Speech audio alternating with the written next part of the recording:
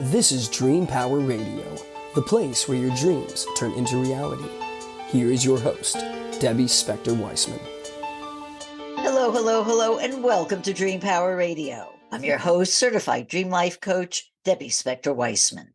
This is a place where we talk about dreams, both daytime and nighttime dreams, and how you can use them to make the internal shift to a life you love and rediscover the truth of who you really are. Many writers over the years have relayed their accounts of the power of nature to heal their souls. For instance, I think of Thoreau and how he came to a certain peace on Walden Pond. In more recent years, Cheryl Strayed and Aspen Mattis have written about how their conquest of the Pacific Crest Trail helped them to recover from traumas that had struck them to their core.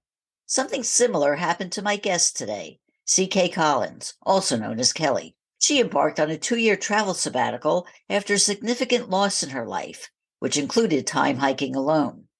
This gave her the perspective to see what really mattered in her life, and the result of that adventure was the book, The Swipe Right Effect, The Power to Get Unstuck, in which she gathered wisdom from herself and others on ways how you can find yourself back to the happiness you deserve. Kelly also now hosts a podcast also called The Swipe Right Effect. Welcome to the Dream Power Radio, Kelly. Thank you, Debbie. I'm so glad to be here. Oh, I'm happy to have you here. Well, Kelly, this current phase of your life actually started when a painful part of your life ended, your marriage. Why did you feel that the way to cope with this loss was to travel? There's some really practical things about just staying in that space and being in that same town. And there's all these reminders. And so there's some escapism involved to go out and travel. But when I did my first real solo hike, the Camino de Santiago in 2018, there were so many benefits of just this healing that happened. And it came from meeting different people and living in different cultures and learning a new language. And this confidence started building. And it was also just this on the Camino, there's just this sharing space are all there to get an answer to a question or to heal. And my question was, how do I go forward? Who am I now? My 30-year marriage had ended. My last one had just graduated college, and I sold my business. So it didn't get torn up in the divorce. And so my identity was yet to be seen as who the new me was going to be. And I found it. It was really a time for you to reinvent yourself then. Yeah. And I found the new me on that trail, and it just created this desire to continue to find the new me, the realizing I didn't have to be defined by one thing or another, that I could continue to evolve and learn and grow, and my heart could continue to heal. And then it became like the healing is done and the love becomes overwhelming, the happiness. So I guess a short answer would have been seeking happiness.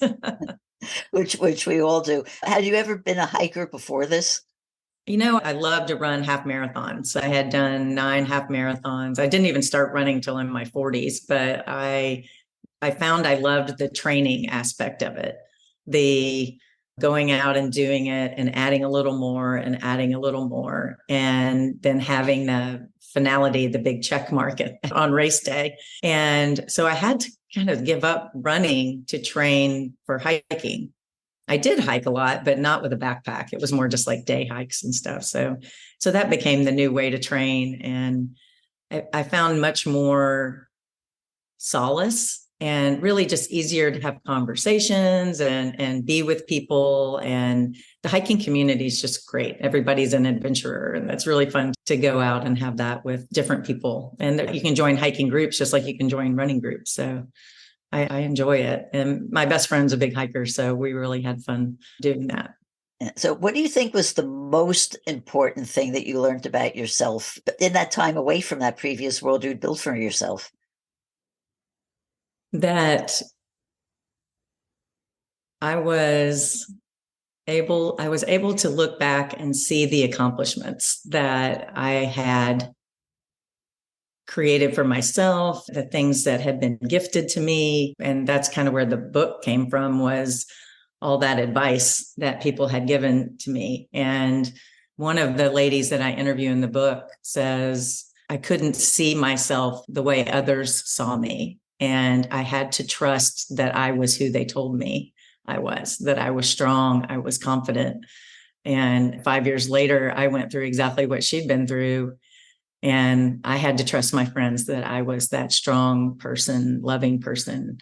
And I wanted, and then you have to see what you can do with that new vision of yourself.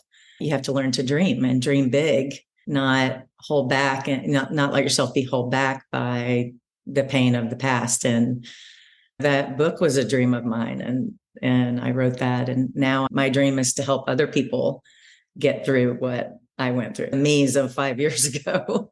Absolutely. Do you feel that you also gain a renewed self of confidence in this time?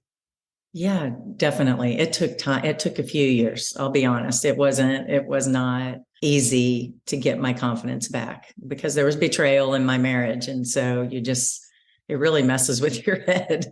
But yeah, I feel very confident and I've moved to a new town. I've always wanted to live by the ocean, and I believe in myself that I'm going to build a new business and write more books and live this new life that I'm creating for myself. So yeah, definitely renewed and actually even greater amount of confidence than I ever had before.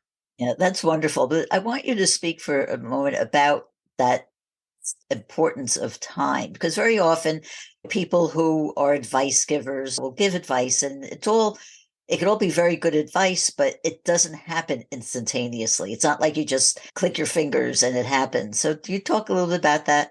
Yeah, totally. That's one of the things my friend Allison says in the book. She gives me it's a story in the book. She said to me on my second Camino, I met her, Allison from Canada, and she said, what if all of this happened? He made those choices and you had to go through all of that, but something bigger and better is waiting on the other side for you. And when she said it, I just was like, ugh, like, that doesn't sound good. I don't want to hear that. And, after writing the book and people are reaching, and we published the book, people are reaching out to me and saying, I needed to hear this. I've been looking for something for 2 years, and this was the answer that I needed. Thank you for writing this and being so honest. And that's when it really sunk in what Allison was saying, the fact that I could make something good happen out of my pain. And so I think that took time. I understood what she was saying, but I couldn't feel what she was saying till almost a year later. And having walked through this journey of writing the book. Because you do have to actually embody it. It's one thing to hear it, but your body has to really understand it and take over from there. I want to get back to talking a little bit about the book, because you had come from the publishing world and you were very successful in it. And yet when you decided you wanted to write the book, you actually had a crisis of confidence. So why would somebody who has had so much experience and success in the publishing world feel like you weren't up to it? And how did you get over that? I think it was, can I be honest enough to help somebody? I knew I couldn't do it and just stay on the surface. I knew I had to dig deep and talk about the pain, or it wasn't really going to help anybody, because you can't identify with somebody who stays on the surface. Not where I'm at this level in my life, and spiritually, physically, everything that I do now is to live a deeper, more meaningful, loving life. And if I didn't come from that point of view, then that was my confidence. Can I do it and be that honest and open, like basically just lay my life out there for people to see? And I think I had to consider my 3 children and, how it was going to feel for them. Yeah. And then there was also just this, is it going to read well? Because my publishing experience was news, and then news is very different. You have AP style and these are the rules. And when you're writing a memoir, especially a creative memoir, interviews and all different kinds of things. It's a totally different animal. But once I started writing, I had a couple of beta readers and they were like, this is good. This is good. And my friend Karen was like, this is going to help people keep going. And I was like, okay, that's all I needed to hear. And the result is the book, The Swipe Right Effect. Well, you talk in the book about the importance of swiping right on ourselves. So what does it mean to swipe right on ourselves? Yeah, I love that play on words. The dating apps, for those of you who don't know, you swipe right when you're choosing someone and you swipe left when you don't want to meet them. And it's just, you're on your phone and you're just right, left, right, left. And I want people to choose themselves before they start choosing others. I hope that people will take the time to heal from, if you're single, then something's happened, right? Unless you just never got married, but you've had a breakup of some kind of relationship, or you've had the loss of a spouse, to death. So there's healing that has to happen, and that regaining of self-confidence. And I think you have to prepare yourself to be dateable. You have to prepare. You want to be yourself, that you're reflecting what you want back. And if you're still in a place of pain and you're trying to go out there and meet people, you're probably going to attract people who are also still in pain. If you are happy and you've worked through your pain and you have found your new life purpose, you have found your mission in life, then that is going to be what you attract. And so swipe right for yourself first, and, do the work, talk to your friends, meditate, heal, have a self-love mantra, do all of these things that are what you want to attract. Yeah, it's basically the law of attraction. Exactly. You are. There it goes. But sometimes when we swipe right, it can turn out not to be the right decision. So how do you feel when you do that? How do you feel that you're not a failure, and that keeps you from having the impetus to try again? So how do you get over that feeling? Yeah, that I have this, I don't know. I fell into this practice. It wasn't even anything that somebody told me to do. It's just, when I end a relationship or the other person ends a relationship, I take a specific period of time, like at least a month, and I reflect back on what I learned instead of what I lost. And I don't look at it as a failure. I look at it as an opportunity to have learned something more about myself and what I do or don't want in a partner. And sometimes you meet people who are like in the same frame of life, right? Like just retired, loves to travel. And it seems like it's great. But then when you dig a little deeper, either somebody hasn't really finished healing, or what you want to do going forward and they don't. And that's just a timing thing. So what did I learn from that? That's my practice. It was just to define that for myself, journal about it, and move on. Wonderful advice. And with that, we're going to take a short break now. We are speaking about swiping right in our lives with CK Kelly Collins, and we'll be right back. If you're not pleased with the trajectory of your life, the time to begin your own personal transformation is now, and your dreams can help pave the way. How? By tapping into your unvoiced confidence. What is unvoiced confidence, you say? It's the acceptance of your abilities and qualities. It's a state of mind coming from liking and even loving yourself, and feeling free to say or do anything you want without concern for the judgment of others. You were born confident, but may have had it chipped away little by little by the negative self-beliefs you've picked up over the years. If you're looking for the heightened energy, clarity of thought, and the feeling of being more alive that comes from self-confidence, you can rediscover it by paying attention to your dreams. Need some help doing this? Go to my website, thedreamcoach.net, and sign up for my complimentary dream discovery session. I can help show you how your dreams can help you return to the confident person you were always meant to be. Again, go to thedreamcoach.net, thedreamcoach.net. Welcome back to Dream Power Radio with your host, Debbie Spector-Weissman. Yes, welcome back to Dream Power Radio. I'm your host, Debbie Spector-Weissman, and we're talking about swiping right and getting unstuck in our life with Kelly Collins. Well, Kelly, the subtitle of your book is The Power to Get Unstuck. So what are some suggestions you have when we find ourselves stuck, whether it's in the dating world or any other place in our lives?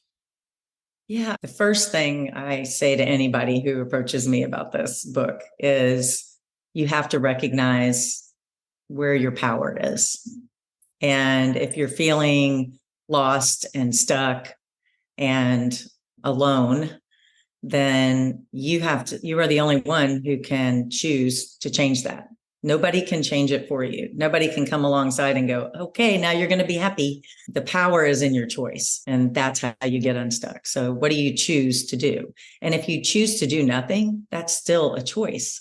You're choosing to stay stuck. And I did that. So I know, like from personal experience, I really had a hard time getting unstuck. And I still feel stuck sometimes, but now I know how to deal with that. If something triggers me, I know how to recover. And it's a much quicker process. But I think I want people to understand that the power is in the choice, and you have to choose to do something, even if it's just a tiny little baby step that first time. Tell somebody, talk to somebody, whether that's a therapist or a life coach or just your best friend. Or you can do something. You can go for a trip, something like just go rent a cabin and sit and learn to meditate, learn to have a self-love mantra. I recommend to a lot of people, and they're like, where do I start? I'm like, look in the mirror and start saying, I love you 3 times a day. Look at yourself and say, I love you until you believe it. I have a lot of exercises in the book, filling out a life purpose resume and the self-love mantra. And there's a lot of things that you can do that are kind of practical, that a vision board, people think, some people roll their eyes at a vision board, but my experience, and I used to be one of those people who rolled the eyes, and my experience has been, it's a very powerful thing to do, because it helps you dream big for yourself, and that helps you take steps forward. It does. I used to be one of those people too, but it's actually combining two things. It's taking an action, choosing to do it, which is the process, like you say, like making a choice, doing something. And then when you put a vision board together, you're visualizing what you want. And sometimes it's the act of using that sense of sight to see this is it. And it does help create that space where I see it, I can believe it, I can make it happen. Yeah. And I'm about to release a companion workbook to go. It'll be the Swipe Right Effect workbook. And it just kind of takes the empowerment practices that are in the book and blows them up and makes them a little more detail on how to do this and examples and things. But one of the things in the workbook that I explain is you don't have to cut pictures out of a magazine and put it on a poster board. There's a lot where you need to tap into your own creative power. When you are doing this one thing in your life, and it makes you feel so good, that there's your creative outlet, whether it's photography or writing or painting, anything. Like my vision boards, I write a story, almost like a fictional story of my future. And when I've done that, I mean, my vision board story from last year, everything except one, finding the love of my life has come true. And, love of my life is worth waiting for, and I'll just keep writing about it. But that was my creative outlet, and it felt very powerful because I was tapping into my creativity and that. So just that example. And I have a friend who's a photographer, and she shoots her own pictures for her vision board. She still does the board and visualization, and you can do them digitally now too, which is really cool. I love that there's a lot of apps that are even free that you can do your vision board, so you can even have it on your home screen of your phone, so you're looking at it every day. And I love that. Yeah. I tell you, everything's digital now, but I'll tell you, I know a couple of people who did find the love of their lives from being inspired by their vision board. So don't give up. No, I'm not. No way am I giving up. I know it's coming. Although that is also an important point, not to give up. Because so many times, like getting into that time thing, it takes time for things to happen. And a lot of people give up right before, the end result. And it helps it not make the things that you want happen when you give up too soon.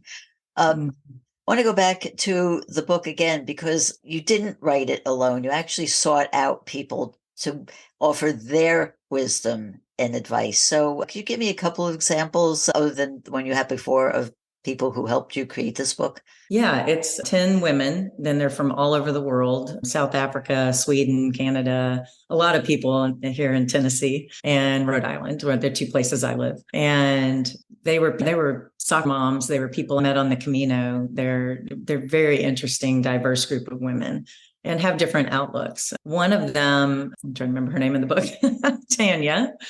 Everybody has a country music star name in the book. So, because I'm from Nashville. And so I wanted everybody to have an alias. And so Tanya is Tanya Tucker, but she had a loss. Her husband passed away, and in a very dramatic fashion, it was a motorcycle accident, and died instantly. So there was that, didn't get to say goodbye. And then all of these things came out after his death, that he had betrayed her in a lot of ways. And so there was just this extra grief on top of grief on top of grief. And what I learned from her is to really focus inward and go deeper into what you want instead of, she says in the book, it took her 10 years and she desperately wants other women to not waste 10 years of their life. She had even remarried and was basically happy with her partner, but there was still this anger that she dealt with. And so she would call me out, like, I still see anger and you've got to deal with your anger. And your anger is going to attract more anger. And that's not what I want for my beloved friend Kelly, and she would just say it like that to me. Like, I see it, it's still there. And I would say, no, I'm fine. It just still hurts. And she's like, no, there's anger in there. And so I think it's beautiful when friends can do that for each other in a loving way. And the loving way was, this is not what I want for you. And now I'm on a mission. I don't want women standing around in their anger. I want them to stand around in their power and their joy and their happiness and realize how much they have to give to the world still. You want to create momentum in your life, momentum of happiness, not being driven from behind by anger into more pain. You want to have momentum walking forward yourself into joy and happiness, everything you deserve. We all deserve that. And it's our choice to have it and to create it. But how do you get rid of an anger when it's that so deep-seated? Practice. practice. I read or listened to, I had a very long drive from Nashville to Boston, and I stayed with a friend, and she at the halfway point in Maryland, and she asked me to listen to The Secret for the rest of the drive. And she said, it's 6 hours from here to Boston and you'll be done with the book by then. And I was like, okay. And she had also said, I still see your pain. And so I think when I heard the words in the chapter on forgiveness, it was, I forgive you, I release you, I want you to be happy. And I wasn't there, but the advice in the book was just keep saying it until you're there. Just keep saying it, practice it. And so I told my children, I told my best friends, and I told my sisters, I said, I want to be held accountable. If you hear me in pain, remind me that, I'm committed. Remind me of my own commitment, that I want to live a life of forgiveness and kindness. And so that's when, if I have a trigger moment, that's where I go. I forgive you. I release you. I want you to be happy. And once I got there and I was able to give that forgiveness, I said it to him. And then I realized there was still something going on. And turns out I was mad at myself for staying in a situation where I was unloved, for staying and trying too hard, too long, and not protecting myself and taking care of myself. So I had to go through this whole other process of forgiving myself. Yeah, it's so amazing that when we think that we, have that anger against somebody else, there's really also a part of us that's angry at ourselves. And you're right. It's not only important to forgive the other person, but to forgive yourself. Because the truth is that we're not all perfect. We do make mistakes, but that's okay. That's life. That's the journey we're on. And the power of forgiveness is just so, so strong. So I'm really glad that you've included that. Kelly, you also started a podcast based on the book. So what do you hope your audience will get from it? Well, my word for this year is gather. So I've been doing all kinds of gatherings, podcasts, other people's podcasts, my podcast, but I also have been doing book signings and book club discussions. So the podcast is important to me because I want people that have helped me. I want to bring them on and let's talk about what they said to me and how that helped. My first interview was with my own therapist. And because when I was going to him, when everything came out and, betrayal came to light, he walked me through that path. And then I haven't seen him in like 3-4 years. So he came on and we talked about dating. So it was just kind of a progression. And he really gave great advice on dating. And I'm not a dating expert. So I need to have dating experts on the podcast so I can learn. I talk about everything leading up to dating, swipe right for yourself. So that's kind of the things we're talking about. My friend Karen, who's a minister, came on and we talked about like that walking through divorce and how you have to believe in yourself again. And she's created an amazing metaphor of a butterfly, like how the caterpillar goes into the cocoon and just becomes goo. And that's what you feel like after a divorce. You're just goo. And then that whole time you're transforming and you're healing and you come out of that cocoon and you have wings. And I just loved that. It was so powerful. And that episode has the most downloads and listens because I really think that butterfly metaphor just really touched people. And I love that because I feel like I have wings. What's that Elton John song? Someone saved my life tonight. Butterflies are free to fly, fly away. Yes. Karen and I sing that a lot. So. Oh, that is great. Well, Kelly, how can people find out more about you and your work? I have a website, ckcollins.co, and I've got a lot of information that's about to be released on there. And then my book is available on Amazon, The Swipe Right Effect, The Power to Get Unstuck. The workbook is releasing in June. And so I hope people will take advantage of that resource. And my book also has a lot of resources, other books, and my website includes those on the reference page. And then I'm starting a coaching business and I want to help people one-on-one that need help walking that journey, maybe need an external source in their life that has been there, done that, and happy to be an accountability partner for that. Well, Kelly, thank you so much for being on Dream Power Radio today. Thank you for having me. It's been great. Great questions. Thank you. We've been speaking with author and podcaster C.K. Collins. I hope you've enjoyed today's program. If so, please hit that subscribe button so you don't miss out on any future episodes.